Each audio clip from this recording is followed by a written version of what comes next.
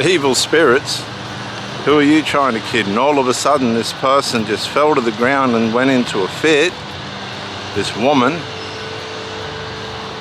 Well, after the ambulance arrived and she got taken to hospital, all the smoking and drugs and stuff had finally caught up with her. The sex was a little bit much for her. Her heart couldn't handle the rigor of the new partner. She's up at the hospital with drips and everything else hanging out of her. And that's what life can... Leave it. Leave it. Leave it. Go. That's what life does to people. They let themselves go. They live in a dimension of sickness and illness, and then they meet somebody that's made right choices and lived an athletic life, and they try and wing it, and the impact of that can kill them. It's just too much. The power and the force of the person and the energy levels and vibration can kill them because it's way out of their league. Come on, mate. Come on. Hup, hup. Hup.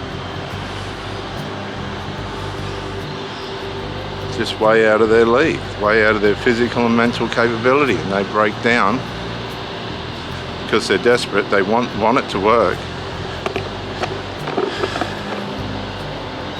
but their chemical and substance injunctions and addictions betrayed them. You know, a lot of these sex addicts have drug sex, which is violent, can go on for hours. But it can also become lazy as well. And they become weak and lazy. And it can work against them. Because when you're just going through life trying to wing it all the time and running on pleasure. See, a lot of these people build their life on pleasure, and everything they do and how they move and even their jobs is supposed to be built around pleasure, and then pleasure turns into something boring, and then bring in the AKA drugs, and they're on the train to nowhere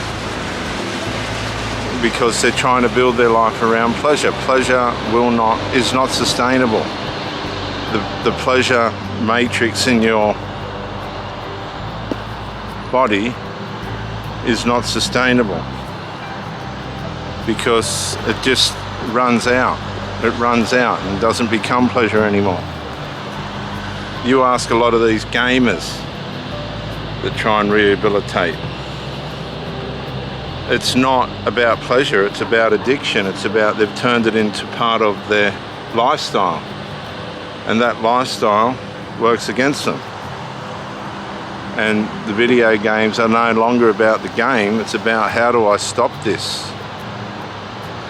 Because the dopamine that it released over that such a large duration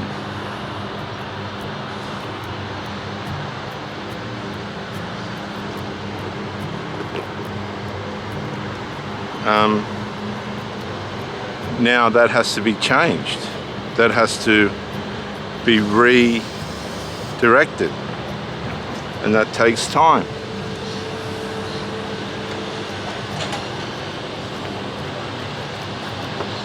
So these people that are,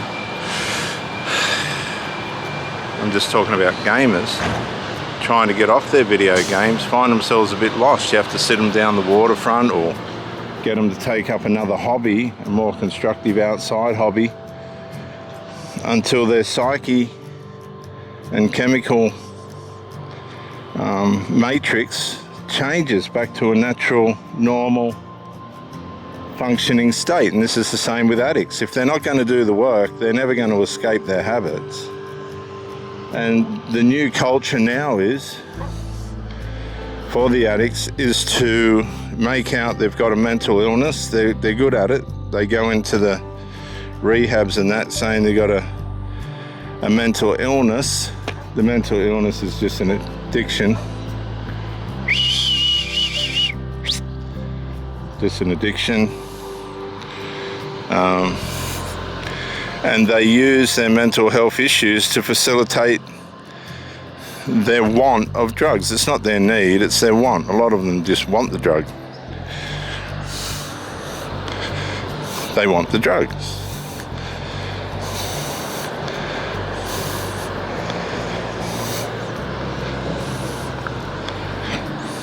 It's not a mental illness at all, it's an addiction. And they know how to play it. And they will. That's what these people do. And there's millions of them. It's a programming put into them by the dark side, by familiar spirits. You see, demons know how to manipulate and control and influence human behavior. And they will. And these people that are unaware of that or don't believe in that are just vulnerable to all of it. I've met beautiful women, wonderful women for the most part, that become intolerable because there was just a certain part of their life that they weren't going to navigate in a way in which was going to be beneficial to themselves or anyone else around them. They were just happy with their dysfunction. They were happy to cater to it, no matter what the cost was.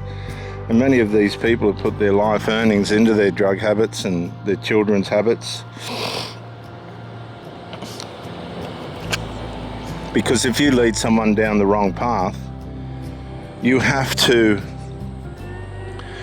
glorify what you've taught them. You have to sustain what you've taught them. And sometimes these people later in life, they'll meet someone that's lived a good life just by chance, a once in a lifetime chance. But they weren't prepared for it because they wanted their dirty, filthy drug habits and cigarettes and things. And so the once in a lifetime chance comes along and they're just not ready for it. And the next thing, you know, there's ambulances and everything manifests, all their sickness and sadness and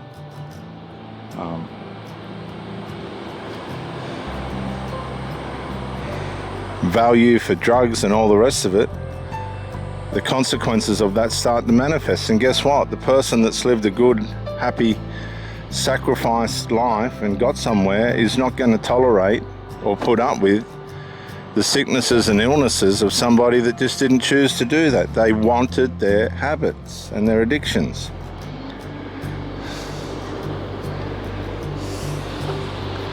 And this is how many people end up in their latter life, particularly in this day and age where people have abused themselves for decades and been able to get away with it. They've been functioning addicts and alcoholics and nicotine users. They're chemical dependent, and they wing their life to a point where at a young age it's starting to have serious health and mental health and physical health consequences on them. They know about Jesus. Many of these people know that religion doesn't work, but Jesus does. They know about the Holy Spirit. They've got relatives that have been Christians. They've got a Christian pedigree. But they've refused to walk in that because their addictions and their habits and their filthy, rotten ways that they were able to live in a transactional way with the people around them ended up betraying them And these are the people you see sitting out outside the hospital smoking with the drips and medical stuff in their arms on the road to nowhere.